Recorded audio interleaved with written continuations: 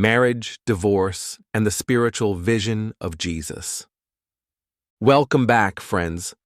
Today, we're diving into one of the most sensitive and timeless topics, marriage, divorce, and how Jesus approached these very human realities.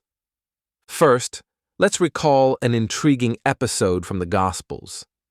One day, someone asked Jesus, "Whose wife will a woman be in the afterlife if she had several husbands during her earthly life?" Jesus gave a stunning answer. In heaven, people live like angels. They neither marry nor are given in marriage. Marriage, like our earthly bodies, belongs to this world. It does not carry over into the life to come. This already sets the tone. For Jesus, marriage was deeply important, but it wasn't ultimate. It was a sacred relationship rooted in this life, not the next. When it comes to marriage itself, Jesus set incredibly high standards. He said, "You have heard it said, whoever divorces his wife must give her a certificate of divorce. But I tell you, anyone who divorces his wife, except for sexual immorality, causes her to commit adultery. And whoever marries a divorced woman commits adultery." In other words, fidelity and loyalty aren't optional. They're not just cultural expectations, they're spiritual values. For Jesus, real love in marriage is inseparable from a lifelong commitment, an unwavering devotion to each other. This standard isn't just about following rules. It's about preserving the sacred space where love, trust, and service can thrive, just like it was meant to between Adam and Eve at the dawn of human history. But then reality steps in. We all know life isn't perfect. Relationships aren't perfect. So, what about divorce? What about all the messy, painful reasons people separate? Abuse, betrayal, abandonment, infertility. Here, Jesus shows a remarkable realism. He never launches into a long list of rigid instructions. He never hands down endless laws regulating family life. In fact, Jesus only talks about divorce when people push him to, when the Pharisees or his disciples demand an answer. And what does he say? Moses allowed divorce because of the hardness of people's hearts. Let's think about that for a second.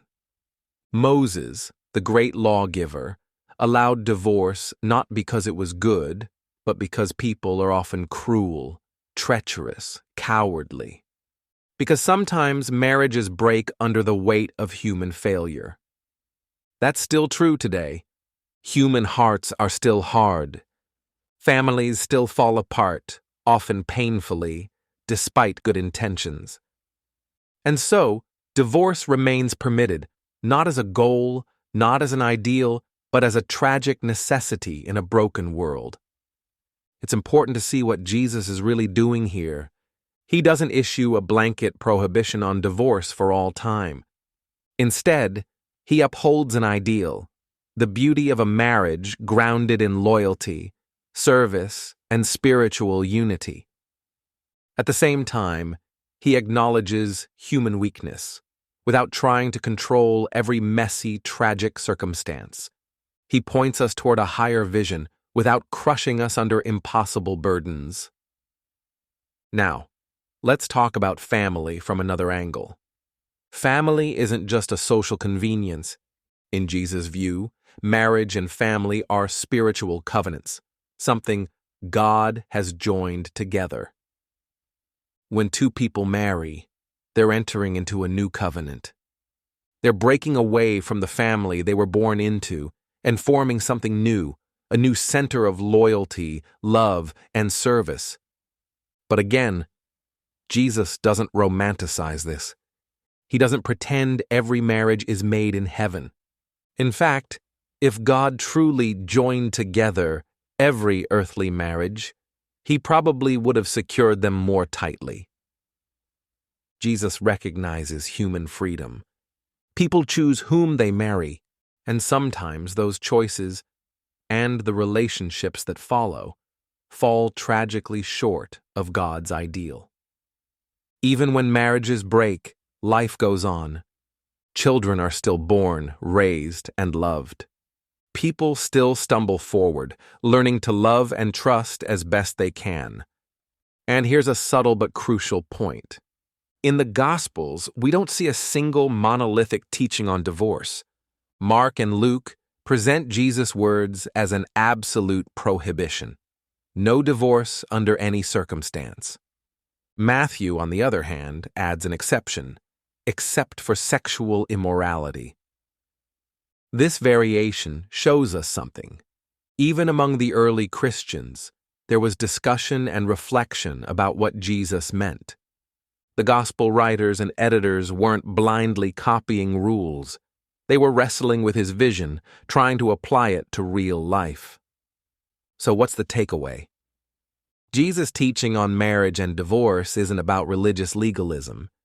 It's not a checklist of do's and don'ts. It's a call to love more deeply.